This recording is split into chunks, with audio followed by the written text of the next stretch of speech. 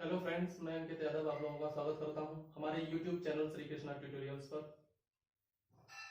Date sheet आप लोगों की सीबीएसई बोर्ड की आ चुकी है। मैथ्स का पेपर आपका 21 मई को है।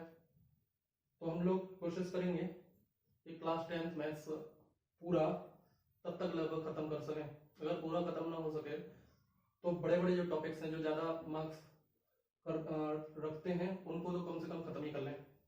आज हम देखेंगे ट्रिग्नोमेट्री। मैंने यहाँ पे आपको क्लास 10th का वेटेज लिख रखा है टाइटल वाइज, यानी नंबर सिस्टम जो है वो आपका 6 मार्क्स का आने वाला है। अलजेब्रा 20 मार्क्स का आने वाला है। कोऑर्डिनेट ज्योमेट्री जो होगी वो 6 मार्क्स की आने वाली है। ज्योमेट्री आपकी 15 मार्क्स की आएगी। ट्रिग्नोमेट्री 12 मार्क्स की। मेंसुरेशन 10 मार्क्स का और स्टैटिस्टिक्स एंड प्रोबेबिलिटी 11 मार्क्स की आने वाली है। ये सबका वेटेज मैंने दे रखा है। मैंने बोला कि आज हम आपसे पढ़ेंगे ट्रिग्नोमेट्री। ट्रिग्नोमेट्री कितने मार्क्स की आने वाली है? 12 मार्क्स की। और इसमें कितने चैप्टर्स हैं? दो, चैप्टर 8 और चैप्टर 9। चैप्टर 8 भी आपका 6 मार्क्स का आएगा, चैप्टर 9 भी आपका 6 मार्क्स का आएगा। चैप्टर 8 में आपके 3 क्वेश्चंस होंगे जो 1 मार्क्स के होंगे, और एक क्वेश्चन ऐसा होगा जो 3 मार्क्स का होगा। यानी कि चैप्टर 8 से कुल मिलाकर कितने क्वेश्चंस आने वाले हैं? 4 क्वेश्चंस आने वाले हैं। और 4 के 4 क्वेश्चंस कितने मार्क्स के होंगे? 6 मार्क्स के होंगे। लेकिन चैप्टर नंबर 9 जो होगा ये सिंपल चैप्टर है, लेकिन ये फिर भी कितने मार्क्स का आता है? 6 मार्क्स का आता है, जिसमें एक क्वेश्चन आपका 2 मार्क्स का रहता है और दूसरा क्वेश्चन जो है वो 4 मार्क्स का रहता है। यानी दो क्वेश्चन कुल मिला के कितने मार्क्स के आएंगे? 6 मार्क्स के आएंगे। ये मैंने यहाँ पे लिख रखे थे, ठीक है। तो ट्रिग्नोमेट्री में आपके कुल मिला के कितने आने वाले क्वेश्चन है? 4 ये और 2 ये, टोटल कितने क्वेश्चन हो जाएंगे? 6 क्वेश्चन। अगर आप लोगों को ये देखना है कि किस चैप्टर से कितने कितने मार्क्स के क्वेश्चन आते हैं, तो मैं आपको इस वीडियो के डिस्क्रिप्शन में पीडीएफ दे दूंगा, आप वो पीडीएफ देख सकते हैं। वहां मैंने ये वेटेज भी दिखा रखा है और ये भी दिखा रखा है कि कौन से चैप्टर से कितने क्वेश्चंस आने वाले हैं और कितने कितने मार्क्स के आने वाले हैं, ठीक है। तो आज हम शुरू करेंगे ट्रिग्नोमेट्री। ट्रिग्नोमेट्री का बेसिक से सीख के चलेंगे और कोशिश करेंगे कि सारी एक्सरसाइज खत्म कर सकें। और एक चीज और मैं आप लोगों को बता दूं कि एग्जाम में नंबर लेने के लिए सबसे ज्यादा जरूरी क्या होता है कि एक चीज तो जो है हमें वो सीखनी है कि वो जब क्वेश्चंस हम करते हैं तो क्वेश्चंस जो है स्टेप बाय स्टेप करें। कैसे करें? स्टेप बाय स्टेप, यानी कि कोई भी स्टेप मिस नहीं होना चाहिए, क्योंकि सीबीएसई बोर्ड में जो मार्किंग होती है वो स्टेप मार्किंग होती है, यानी हर स्टेप के हमें मार्क्स मिलते हैं। तो एक एक चीज मेंशन करना जरूरी बन जाता है, ठीक है। दूसरी चीज क्या है कि एग्जांपल्स पढ़ना बहुत जरूरी है। एग्जांपल्स से ढेर सारे क्वेश्चंस आ जाते हैं, तो इसलिए एग्जांपल्स मत छोड़ना आप लोग। एग्जांपल्स मैं आपको यहाँ नहीं कराऊंगा क्योंकि एग्जांपल्स आपकी बुक में सॉल्व हैं, ठीक है। तो मैं सिर्फ आपको एक्सरसाइज सॉल्व कराने के लिए आया हूँ, वही सॉल्व कराऊंगा। उससे पहले हम चैप्टर समझेंगे, ठीक है। तो चैप्टर समझते हैं, मैं इसे हटा देता हूँ।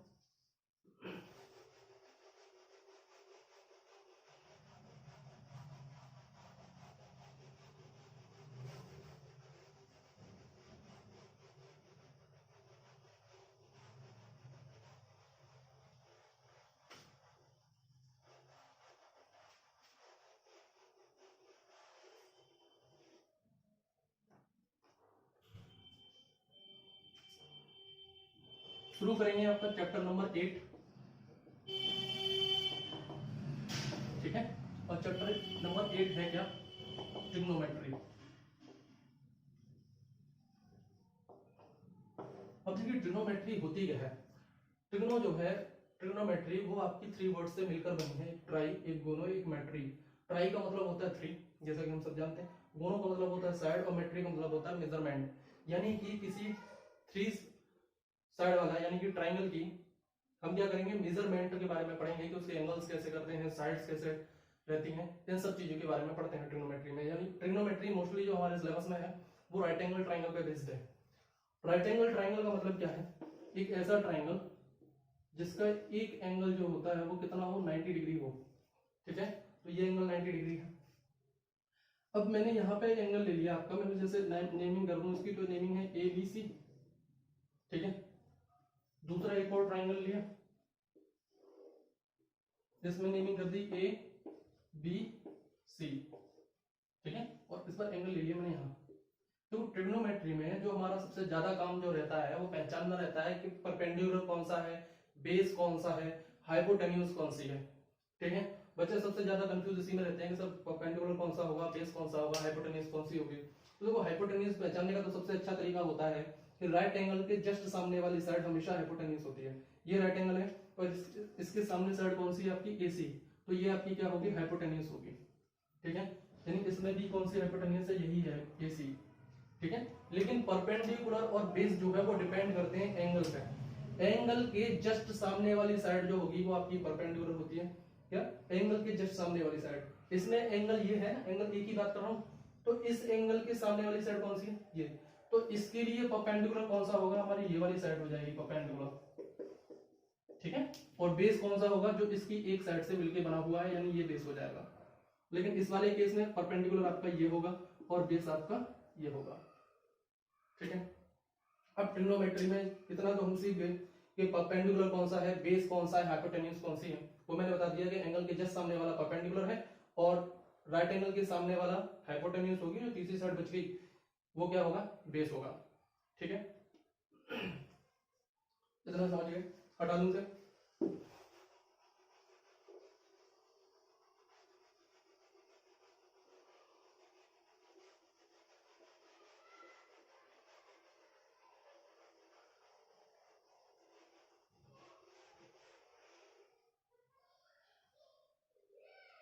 अब देखिए ट्राइंगल में मैंने आपको बताया, ट्राइंगल में एक साइड में छोटा सा बना देता हूं, ABC, ये एंगल ले लिया मैंने थीटा, ये आपका परपेंडिकुलर बताया था मैंने एंगल के सामने, ये बेस है B और ये हाइपोटेन्यूज H, ठीक है। अब इसमें क्या है, आपके रेशियोज रहते हैं, ट्रिग्नोमेट्रिक रेशियोज, यानी कि साइड के रेशियोज को नाम दे दिया कि जैसे परपेंडिकुलर का बेस के साथ रेशियो, परपेंडिकुलर का हाइपोटेन्यूज के साथ रेशियो, बेस का परपेंडिकुलर के साथ, बेस का हाइपोटेन्यूज के साथ, हाइपोटेन्यूज का परपेंडिकुलर के साथ, हाइपोटेन्यूज का बेस के साथ। इस तरीके से 6 ट्रिग्नोमेट्रिक रेशियोज होते हैं हमारे पास, कितने होते हैं, 6। पहला ट्रिग्नोमेट्रिक रेशियो जो होता है वो होता है साइन, जिसको हम SIN से शो करते हैं, जबकि रियल स्पेलिंग होती है SIN। ऐसे ही सेकंड होता है कोसाइन, COSINE, जिसको हम बोलते हैं कॉस। फिर हमारे पास आता है टेंजेंट, जिसको बोला जाता है टेन। फिर हमारे पास आता है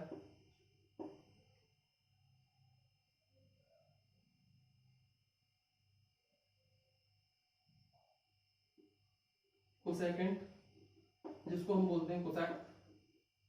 और एक आता है सेकेंड, जिसको बोलते हैं सेक। और एक आ जाता है कोटेंजेंट, जिसको हम बोलते हैं कॉट, ठीक है। यानी कि साइन, कॉस, टेन, कोसेक, सेक, कॉट, ये हमारे पास 6 ट्रिग्नोमेट्रिक रेशियोज होते हैं। ये साइन जो होता है वो आपका परपेंडिकुलर और हाइपोटेन्यूज का रेशियो होता है। किसका होता है, परपेंडिकुलर और हाइपोटेन्यूज का। कॉस जो होता है वो आपका बेस का हाइपोटेन्यूज के साथ रेशियो होता है, यानी कि B/H। टेन जो होता है वो आपका परपेंडिकुलर का बेस के साथ रेशियो होता है, यानी कि P/B। कोसेक जो होता है वो हमारा हाइपोटेन्यूज का परपेंडिकुलर के साथ रेशियो होता है, यानी H/P। और सेक जो है वो हाइपोटेन्यूज का बेस के साथ रेशियो होता है, यानी कि H/B। और टेंजेंट जो कोटेंजेंट जो है कॉट, उसका जो रेशियो होता है हमारा वो बेस का परपेंडिकुलर के साथ होता है, यानी कि B/P, ठीक है। इस तरीके से रेशियोज होते हैं। इनको हम शॉर्ट में लिखना चाहें तो कुछ इस तरीके से लिख सकते हैं, PBP HHB, ठीक है, PBP HHB। यहाँ पे ये वाला जो परपेंडिकुलर अपॉन हाइपोटेन्यूज ये मैंने लिखा, ये जो है इधर दिखा रहा है साइन का रेशियो, यानी कि इसको बोल देते हैं साइन के लिए। ये दिखा रहा है बेस अपॉन हाइपोटेन्यूज, यानी कि कॉस का है, ये कॉस का आ जाएगा। ये perpendicular upon base, perpendicular upon base, अभी हमने किसके लिए लिखा था, 10 के लिए, तो ये रेशियो जो है वो 10 का है। किसका है, 10 का है। अब यहाँ पे देखो, ये हाइपोटेन्यूज अपॉन परपेंडिकुलर, ये किसका रेशियो था, इधर से लेंगे तो उल्टा करके हाइपोटेन्यूज अपॉन परपेंडिकुलर, तो ये आ जा रहा है आपका कोसेक का। ऐसे ही हाइपोटेन्यूज अपॉन बेस किसका है, सेक का। और बेस अपॉन परपेंडिकुलर ये किसका हो जाता है, कॉट का। इसका रेशियो है कॉट का। यानी कि अगर आपसे कोई पूछता है कि cos थीटा का रेशियो क्या होगा, तो आप क्या कहेंगे, बेस अपॉन हाइपोटेन्यूज, ठीक है। इसको लर्न करने के कई तरीके हैं, जैसे पंडित बद्री प्रसाद हर हर बोले, पंडित बद्री प्रसाद हर हर बोले। एक और दूसरा तरीका देखें, पाकिस्तान भूखा प्यासा, हिंदुस्तान हरा भरा, ठीक है। तीसरा एक और देख सकते हैं, पापा बीड़ी पियोगे, हाँ हाँ बेटा, यानी कि पापा बीड़ी पियोगे, हाँ हाँ बेटा। इस तरीके से हम इन सबको लर्न कर सकते हैं शॉर्टेस्ट फॉर्म में, ठीक है। अब यहाँ से आपने एक चीज देखी, देखो साइन जो है इस साइड से इस साइड का रेशियो है, कोसेक इस साइड से इस साइड का रेशियो है, यानी कि यहाँ से अगर हम आगे कुछ चीज निकालें तो क्या निकाल सकते हैं,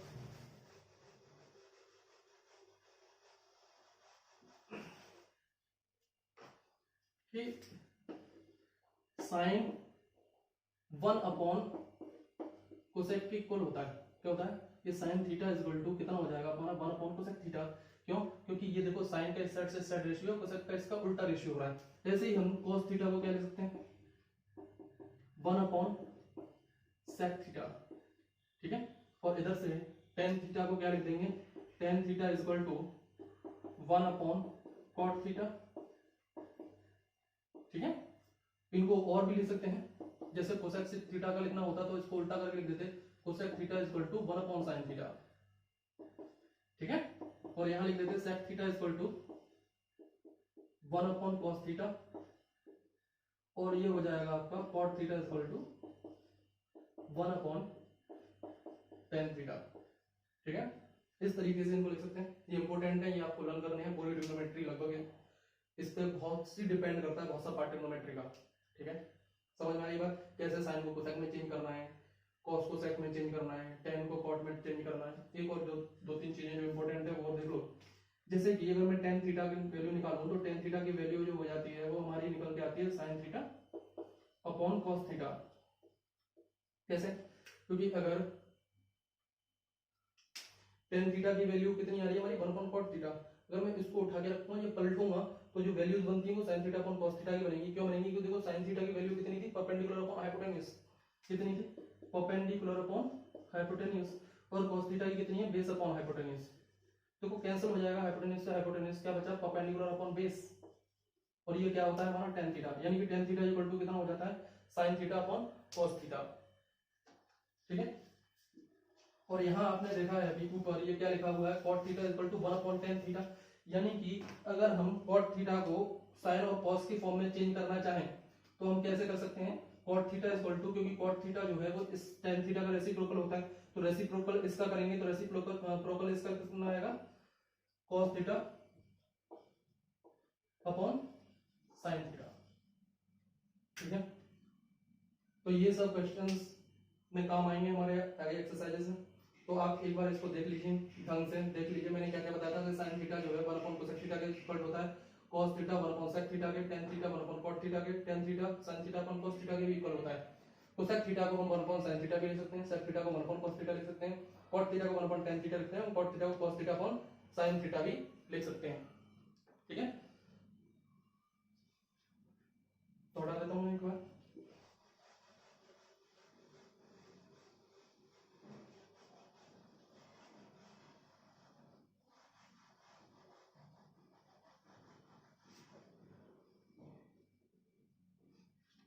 देख लीजिए,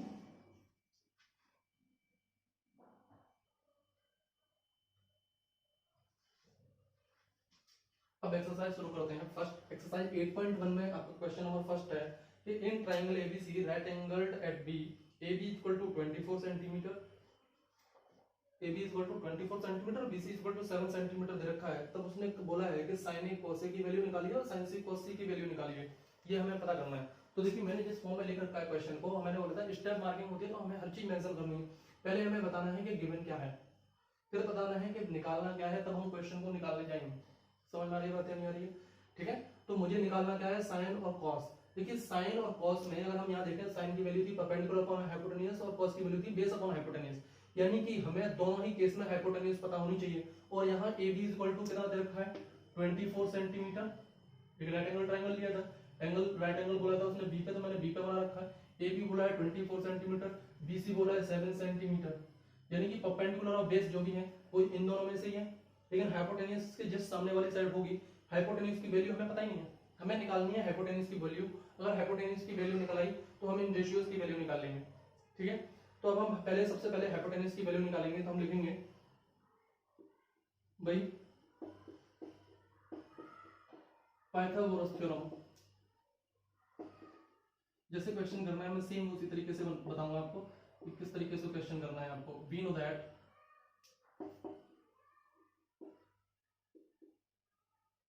परपेंडिकुलर स्क्वायर, यानी परपेंडिकुलर क्या है, AB² plus BC square is equal to आपके हाइपोटेन्यूज के स्क्वायर के इक्वल होगा, यानी कि AC के स्क्वायर के इक्वल होगा।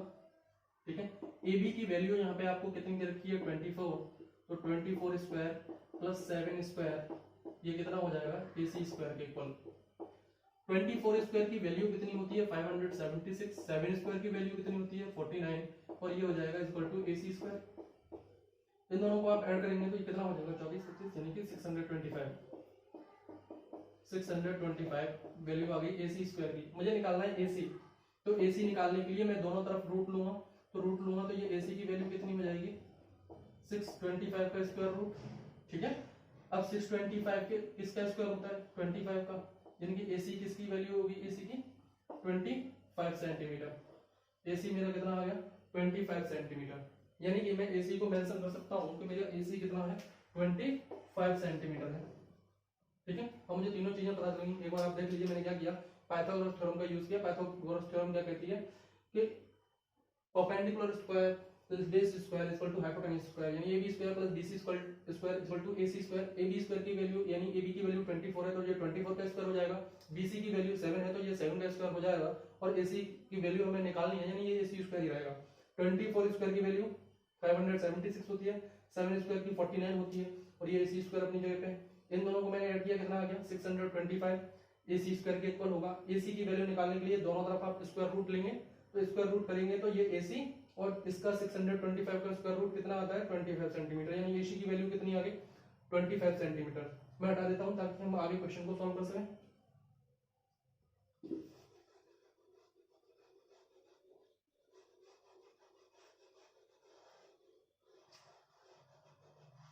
देखो पूछा क्या है हमसे साइन A, यानी कि ये पूछा है इस वाले एंगल के लिए, इसके लिए। तो मैंने अभी बताया था आपको कि जिस एंगल की बात करेगा उसके जस्ट सामने वाला क्या होगा परपेंडिकुलर होगा और उसके साथ वाला क्या होगा उसके लिए बेस का काम करेगा। यानी इसके लिए परपेंडिकुलर कौन सा है ये है और बेस कौन सा है ये है। ठीक है, हाइपोटेन्यूज तो चेंज होती नहीं है, यानी कि जब मैं साइन A की वैल्यू निकालूंगा तो मैं क्या लिखूंगा, फर्स्ट क्वेश्चन करें, sine A is equal to कितना होता है मेरा परपेंडिकुलर अपॉन हाइपोटेन्यूज। यहाँ पे परपेंडिकुलर कितना है हमारा AB है, AB क्यों है इसके लिए तो ये बन जाएगा ना ये, यानी कितनी है BC और हाइपोटेन्यूज कितनी है AC। ठीक है, तो BC की वैल्यू कितनी दे रखी है 7 और AC की वैल्यू कितनी है 25, यानी आंसर कितना हो जाएगा 7/25। ठीक है, इसी तरीके से cos A की वैल्यू होती, यानी cos A हमारा कितना होता है, या देखेंगे बेस अपॉन हाइपोटेन्यूज, यानी कि इसके लिए बेस ये है और हाइपोटेन्यूज ये है, तो बेस कितना हो गया हमारे पास AB और हाइपोटेन्यूज कितनी हो गई AC। तो AB की वैल्यू आप लिखेंगे तो ये कितनी लिखी हुई है 24 और AC की वैल्यू कितनी लिखी है 25, यानी कि सेकंड वैल्यू cos A की जो हमने निकाली है सेकंड वाली वैल्यू वो कितनी है 24/25। तो इस तरीके से sin A और sin cos A दोनों की वैल्यू निकालें। अगर हम देखें सेकंड वाला क्वेश्चन जिसमें sin C पूछा है हमसे, क्या पूछा है sin C। अब sin C की बात हो रही है, यानी कि इस वाले एंगल की बात कर रहा है C वाले एंगल की, तो इसके लिए परपेंडिकुलर कौन सा होगा इसके सामने ये वाला और बेस कौन सा हो जाएगा साथ वाला ये वाला। ठीक है, तो sin C की वैल्यू निकालेंगे तो sin C कितना होगा परपेंडिकुलर अपॉन हाइपोटेन्यूज ही हो गई, लेकिन परपेंडिकुलर इस बार चेंज हो गया, परपेंडिकुलर इस बार कितना है AB, कितना है AB और हाइपोटेन्यूज तो चेंज नहीं होगी, वो कितनी रहेगी AC। AB जब हमारा परपेंडिकुलर बन गया तो AB की वैल्यू कितनी दे रखी है 24 और AC की वैल्यू कितनी दे रखी है 25, यानी इस बार आंसर कितना है 24/25। ऐसे देखेंगे cos C की वैल्यू निकाल सकते हैं, cos C की वैल्यू कितनी होती है हमारे पास बेस अपॉन हाइपोटेन्यूज। ठीक है, बेस अपॉन हाइपोटेन्यूज और बेस इस बार कितना है इसके बगल में यानी कि BC और हाइपोटेन्यूज कितनी रहेगी AC।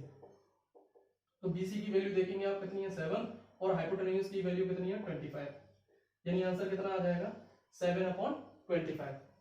इस तरीके से हमने दोनों पार्ट निकाल लिए फर्स्ट क्वेश्चन के, sin A cos A की वैल्यू निकाल ली, sin C और cos C की वैल्यूज निकाल ली। तो मैंने जो आपको बताया था वो जरूर ध्यान रखें कि एंगल के जस्ट सामने वाली साइड परपेंडिकुलर होती है और उसके साइड वाली यानी साथ वाली साइड जो होती है वो बेस होती है और 90 डिग्री के सामने वाली साइड जो होती है वो हाइपोटेन्यूज होती है, इसलिए ये चेंज नहीं हुई।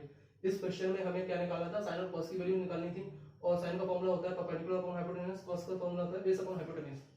यानी कि वैल्यूज निकालने के लिए हमें हाइपोटेन्यूज की जरूरत थी, इसलिए सबसे पहले हमने हाइपोटेन्यूज कैलकुलेट की और हाइपोटेन्यूज कैलकुलेट करने के बाद पूरे क्वेश्चन को सॉल्व कर दिया।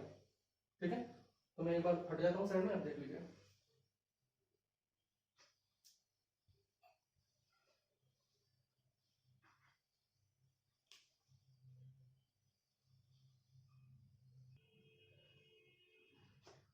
अब देखते हैं हम question number second. Question number second में दे रखा है कि एक फिगर दिया है इस तरीके से आपको PQR, उसमें आपको PQ 12 सेंटीमीटर दे रखी है और PR 13 सेंटीमीटर दे रखी है, और जो वैल्यू आपसे पूछी है वो पूछी है 10p - cot r की, 10p - cot r। अब यहाँ पे देखेंगे, देखो 10 की वैल्यू जो होती है वो होती है परपेंडिकुलर अपॉन बेस, यानी कि अगर आप 10p निकालोगे तो इसके लिए परपेंडिकुलर कौन होगा, इसके जस्ट सामने वाला, यानी कि हमें क्या चाहिए, QR की वैल्यू चाहिए। दो साइड दे रखी है, तीसरी साइड फिर से गायब है। जब भी किसी रेक्टेंगुलर ट्रायंगल में दो साइड देके तीसरी साइड गायब हो, वो हमें निकालनी पड़ जाए, तो हम हमेशा यूज क्या करेंगे, पाइथागोरस थ्योरम। तो फिर हम लिखेंगे कि यूजिंग पाइथागोरस थ्योरम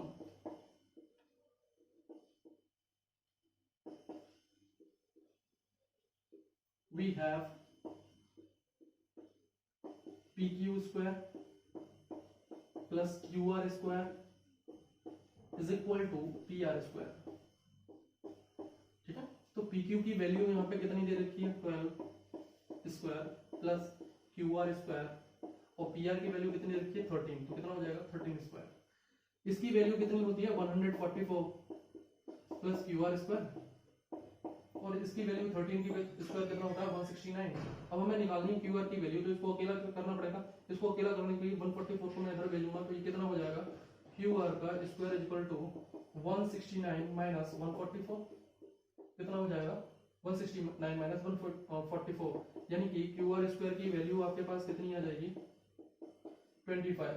कितनी आ गई, 25। अब आप QR की वैल्यू निकालेंगे तो दोनों तरफ स्क्वायर रूट लेंगे, स्क्वायर रूट लेने पे 25 का स्क्वायर रूट कितना आएगा, 5 सेंटीमीटर, यानी कि QR जो है हमारे पास हमारा कितना निकल के आ गया, 5 सेंटीमीटर। तो हमने पाइथागोरस थ्योरम से दोबारा QR निकाल लिया। आप देख लीजिए कैसे निकाला है।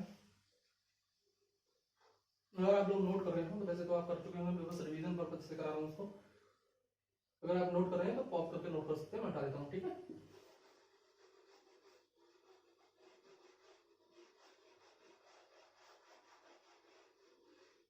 देखिए हमें वैल्यू निकालनी है 10p और cot r की। तो 10p इसके लिए, यानी कि 10p निकालेंगे आप, तो 10p कितना हो जाएगा कि 10p होगा हमारा परपेंडिकुलर अपॉन बेस।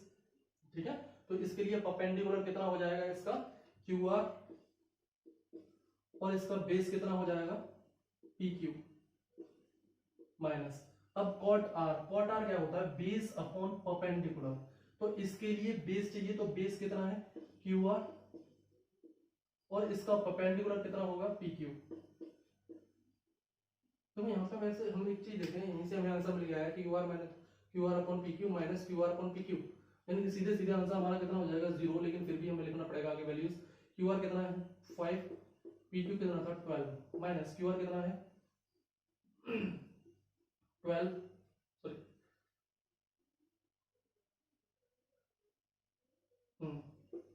QR 5 और PQ कितना है 12, यानी कि आंसर कितना आ जाएगा 5.12 माइनस 5.12 यानी कि 0।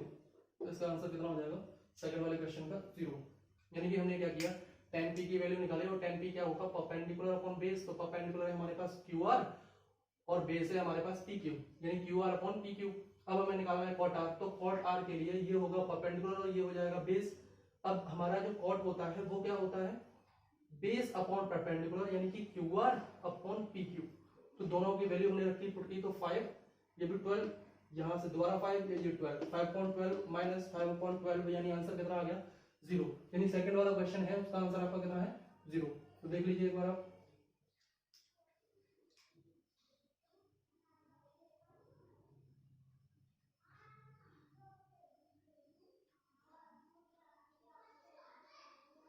मैं इसको हटा देता हूँ, फिर देखते हैं थर्ड क्वेश्चन।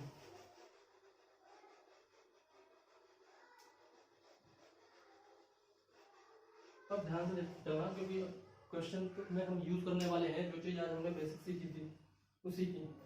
तो क्वेश्चन में दे रखा है, सॉल्यूशन नंबर 3 की बात करें तो, कि sine A is equal to हमारे पास कितना है 3/4, ठीक है। तब हमें जो निकालना है वो निकालना है cos a और tan a, इन दो की वैल्यू निकालनी है, ठीक है। तो देखिए साइन को आप जानते हैं कि साइन जो होता है वो किसके इक्वल होता है, परपेंडिकुलर अपॉन हाइपोटेन्यूज के, यानी परपेंडिकुलर 3 है और हाइपोटेन्यूज कितना दे रखा है इसका 4 दे रखा है, ठीक है, यही दे रखा है 3/4। और cos जो होता है वो हमारा होता है बेस अपॉन हाइपोटेन्यूज, यानी कि हमें बेस की जरूरत पड़ेगी, तो फिर वही लफड़ा हो गया। अब हमें यहाँ पे वैल्यूज फिर निकालनी पड़ जाएंगी, किसकी निकालनी पड़ जाएगी, बेस की। तो फिर लिखोगे तुम क्या, by using Pythagoras theorem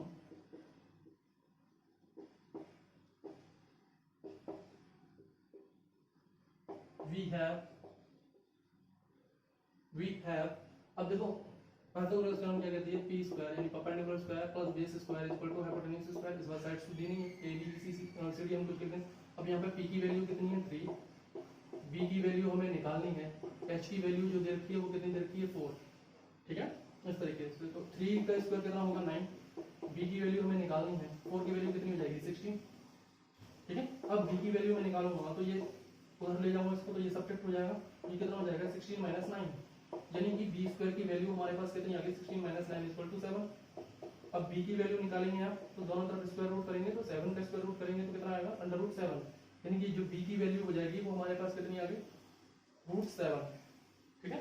b की वैल्यू कितनी आ गई √7, इसको मैं हटाऊंगा क्योंकि आगे क्वेश्चन सॉल्व करना है, इसीलिए मैंने b की वैल्यू यहाँ से आलेट में लिख ली, कितनी है हमारे पास √7 है, ठीक है। अब हम कर देते, हटा देता हूँ उसको।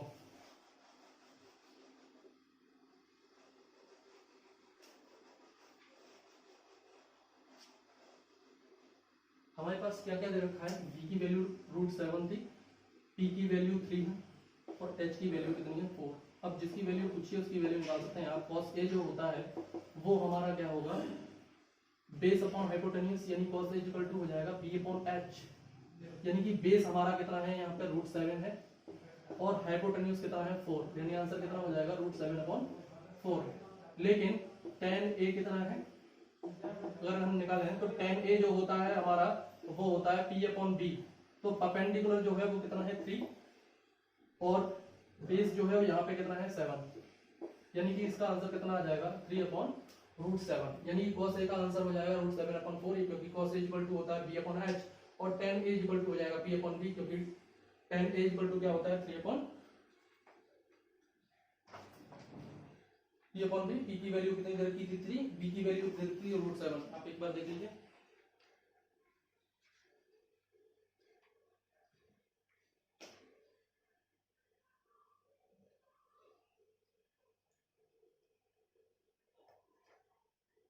मैं हटा देता हूँ उसको,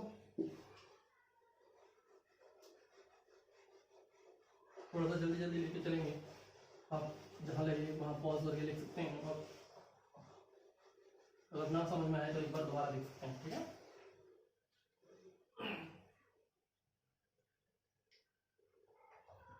इस बार उसने क्या किया है, हमें जो दे रखा है गिवन जो है वो दे रखा है क्वेश्चन नंबर 4 में, क्योंकि 3 क्वेश्चन तो हो गए हमारे। 4 क्वेश्चन नंबर क्या है हमारा, तो इसमें गिवन है कि 15 cot a is equal to, आपके पास 8 दे रखा है, तब हमें जो वैल्यू निकालनी है वो निकालनी है sin 80 और sec 80, ये तो वैल्यूज निकालनी है, ठीक है। अब देखो sin a में हमें चाहिए परपेंडिकुलर अपॉन h यानी हाइपोटेन्यूज, sec a में क्या चाहिए h/b, इसमें भी चाहिए हाइपोटेन्यूज। लेकिन cot होता क्या है हमारे पास बेस अपॉन परपेंडिकुलर, यानी अगर हम cot a की वैल्यू देखेंगे तो यहाँ से हमें बेस और परपेंडिकुलर की तो वैल्यू मिल जाएगी, h की वैल्यू नहीं मिलेगी। बार बार हम एक ही चीज यूज कर रहे हैं, वो है हाइपोटेन्यूज थ्योरम, यानी हर बार हमें हाइपोटेन्यूज थ्योरम की इसमें जरूरत पड़ेगी पूरे ट्रिग्नोमेट्री में, ठीक है। तो हम यहाँ पे फिर पहले cot a की वैल्यू देखें तो cot a कितना हो जाएगा हमारा, ये यहाँ मल्टीप्लीकेशन में इधर जाएगा तो डिवाइड में, यानी कि कितना हो जाएगा 8/15, कितना हो जाएगा 8/15। अब होता क्या है cot a होता है हमारा base upon, sorry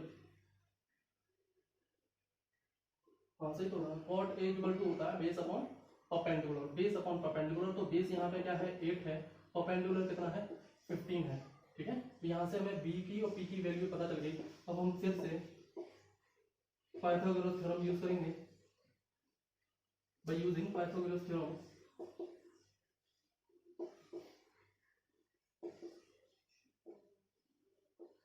we have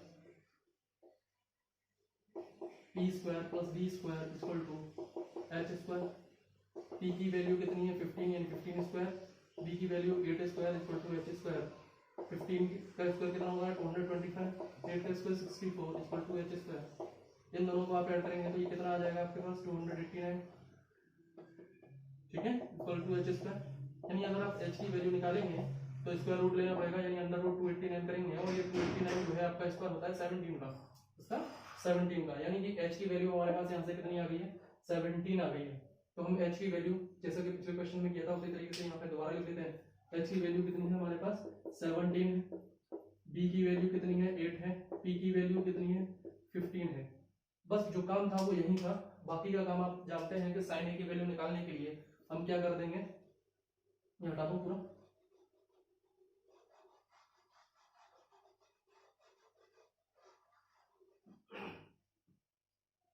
कि साइन ए की जो वैल्यू आपको निकालनी है तो साइन ए जो होता है हमारा तो वो कितना होता है परपेंडिकुलर अपॉन हाइपोटेन्यूज, और परपेंडिकुलर हमारे पास कितना है 15 और हाइपोटेन्यूज कितनी है 17, यानी आंसर कितना हो जाएगा 15 अपॉन 17।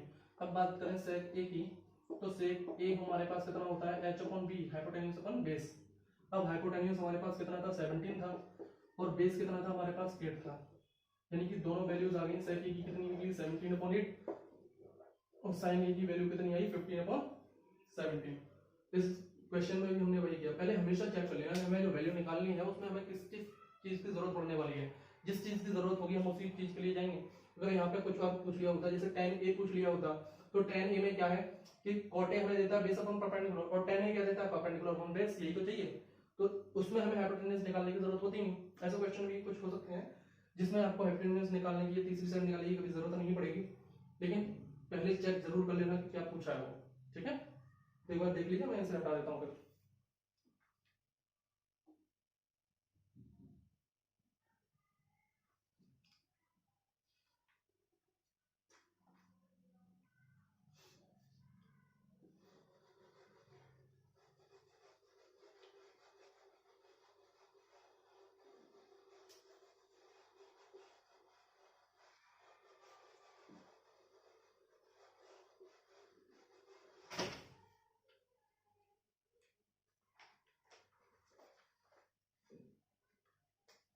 देखो ये दे रखा है क्वेश्चन नंबर है हमारा 5, इसमें दे रखा है sec theta is equal to 13 upon 12, ठीक है। और उसने कहा है कि सभी ट्रिग्नोमेट्रिक रेशियोज की वैल्यू निकालनी है, सभी की निकालनी है, यानी कि हमें साइन थीटा की भी निकालनी है, cos थीटा की निकालनी है, tan थीटा की निकालनी है, cosec थीटा की निकालनी है और cot थीटा की निकालनी है। यही 6 वैल्यूज हमें क्या करनी है निकालनी है, ठीक है। अगर ये 5 वैल्यूज निकल आएंगे तो ये इधर की 6 वैल्यूज हो जाएंगे, ठीक है। अब देखो sec थीटा मैंने आपको बोला था कि यहाँ पे सब कुछ निकालना है, यानी कि साइन में आपको हाइपोटेन्यूज की जरूरत पड़ेगी, परपेंडिकुलर की जरूरत पड़ेगी, लेकिन sec थीटा क्या कर देता है कि हाइपोटेन्यूज अपॉन बेस देता है। क्या देता है हमें हाइपोटेन्यूज अपॉन बेस, यानी यहाँ से h अपॉन b की वैल्यू आपको मिल जाएगी, कितनी मिलेगी 13 अपॉन 12, कितनी मिल जाएगी 13 अपॉन 12, यानी इसका मतलब h 13 है b 12 है। तो दोबारा पाइथागोरस थ्योरम का यूज करके आप परपेंडिकुलर यानी b की वैल्यू निकालेंगे, तो फिर लिखेंगे बाय यूजिंग पाइथागोरस थ्योरम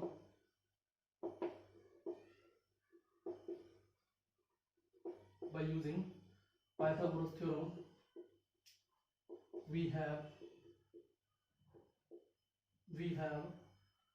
वही t square plus b square equal to h square. t की वैल्यू हमें निकालनी है, b की वैल्यू हमारे पास 12 देखी है यानी 12 स्क्वायर, h की वैल्यू कितनी रखी है 13 यानी कि 13 का स्क्वायर हो जाएगा, यानी p स्क्वायर आप निकालेंगे तो 12 का स्क्वायर 144 और 13 का स्क्वायर 169।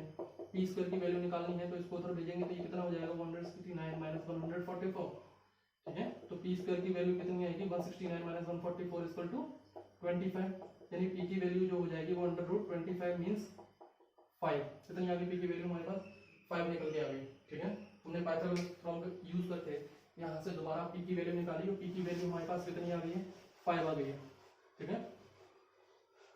हाँ, जब p की वैल्यू 5 आ गई तो अब तो हमें किसी चीज की जरूरत है ही नहीं, क्योंकि जो चीज चाहिए थी वो चीज हमारे पास सब कुछ पास है। p की वैल्यू 5 आ गई। अब देखो साइन थीटा क्या होता है हमारा, परपेंडिकुलर अपॉन हाइपोटेन्यूज। परपेंडिकुलर कितना है 5 है, हाइपोटेन्यूज कितनी है 13, यानी आंसर कितना हो जाएगा 5/13। cos थीटा इक्वल टू कितना होता है, बेस अपॉन हाइपोटेन्यूज। तो बेस हमारे पास कितना है 12, हाइपोटेन्यूज कितनी थी 13, बेस कितना था 12, हाइपोटेन्यूज कितनी थी 13। tan थीटा इक्वल टू क्या होगा हमारा, परपेंडिकुलर अपॉन बेस। तो परपेंडिकुलर हमारे पास कितना है 5 और बेस कितना है 12 है, यानी कि आंसर कितना हो जाएगा 5/12। ऐसे ही कोसेक थीटा की वैल्यू निकालेंगे तो कोसेक थीटा इक्वल टू हमारा होता है हाइपोटेन्यूज अपॉन परपेंडिकुलर। हाइपोटेन्यूज हमारे पास है 13, परपेंडिकुलर है 5। कॉट थीटा जो होगा वो हमारा होता है base upon perpendicular.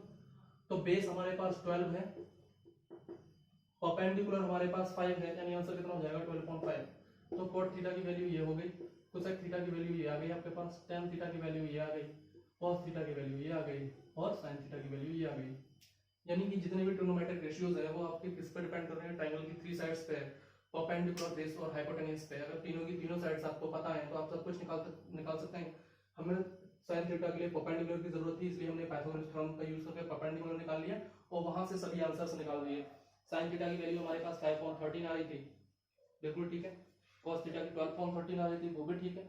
tan theta की 5/12 है, वो भी ठीक है। और cot थीटा की 12/5 है, बिल्कुल ठीक। cosec थीटा की 13/5 है, बिल्कुल ठीक है। अब क्वेश्चन नंबर 6 देखते हैं।